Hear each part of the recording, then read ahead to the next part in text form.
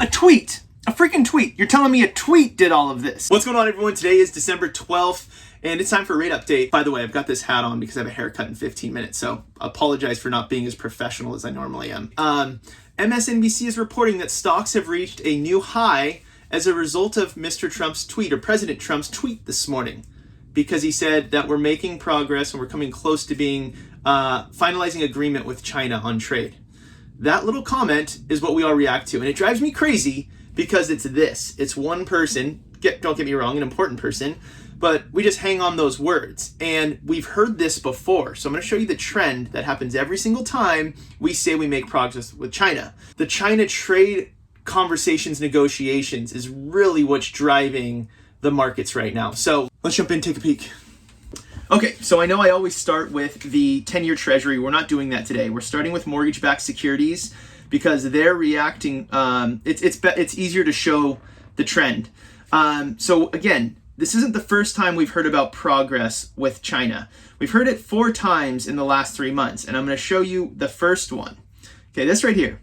This is September 25th, and you can Google it. Google Trump China September 25th, and you'll see that there was a negotiation. So when we're looking at this chart, it's inverse to what you would think.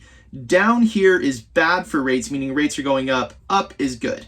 So rates got worse right here. And then over the course of the next week, we recovered. We kind of figured out, oh wait, maybe this isn't going as well as we thought.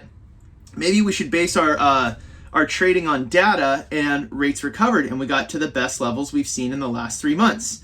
And then again on October 10th, Google it, Trump, China, October 10th, same problem. He makes a comment and everyone gets excited. So when mortgage-backed securities are selling off, they're going into the stock market. So the stock market did really well on this day. Okay? And then we keep getting worse here, right? So when I was watching this, I'm like, man, maybe this is the truth.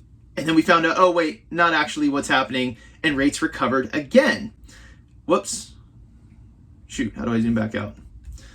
Give me 1 sec. Okay, November 7th. Google, Trump, China, November 7th. See how long this line was? So it went as low, super volatile day.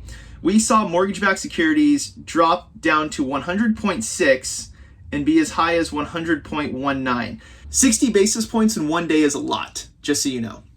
Huge swing, but ultra volatile, and it recovered back to this level when we closed. Good thing. And then guess what happened? Oh wait, things aren't as good as we thought. Rates recovered yet again. Now, for the last couple weeks, we've kind of been in this very narrow trading range. We've been you can kind of see there's a ceiling right here. I'll draw some lines for you guys. You can see there's a ceiling right here that we've been bouncing off of, and then we have our floor. Let's see. Basically, our floor has been about here. So we've had about, not a big deal, about a 30 basis points trading window over the last couple weeks, and that means rates are relatively stable. That's not really concerning to me to see that narrow of a range. But then today, guess what happens? Trump says that, or sorry, he didn't say, he tweeted that we're close to finishing a deal with China. And we got worse again. So what does this mean? It means that if the market's reacting like this, once this becomes true, I think we will see worse rates. But this is the 4th time the market has reacted on a comment. A comment. Not data, not reports, not meeting minutes, none of that. Just this, a couple of thumbs moving. So keep that in mind. When you're thinking about rates, this is what we're looking at. And by the way, we're looking at a very micro level right now. We're emotional. We're thinking very short term. Let's look at one more time and see where we're at comparatively to the last year and the last 2 years. So I'm going to jump in here and go out 1 year. Remember, in this chart, up is a good thing. So over the course of the last year, we are seeing rates at the absolute best levels we've seen in 12 months. You're going, well, wait, Sean, what about right here? It was better. This is so incremental compared to where we are today. It's only about, 50 basis points. Not a huge deal. Yes, rates were better here, but maybe an 1/8 in rate better, which is pretty narrow. Now let's go out 2 years. This is the best it's been. So you're getting the best rates we've seen in the last 2 years. You're basically getting the best rates you've seen in history because we've only been at these levels 2 other times, 2012, 2016. So when the market and the news talks about all this volatility and they want to panic and freak us all out, don't take that emotional approach. Let's always default to the data. That's my goal.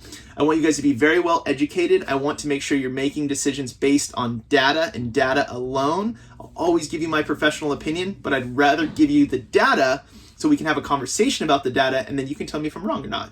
It's way better to have a conversation than to just tell you what it is. That's it. That's my video for today. Thank you guys so much. I hope this is helpful. Any questions, comments, concerns, comment below. Feel free to call, email, or text me anytime. Cheers.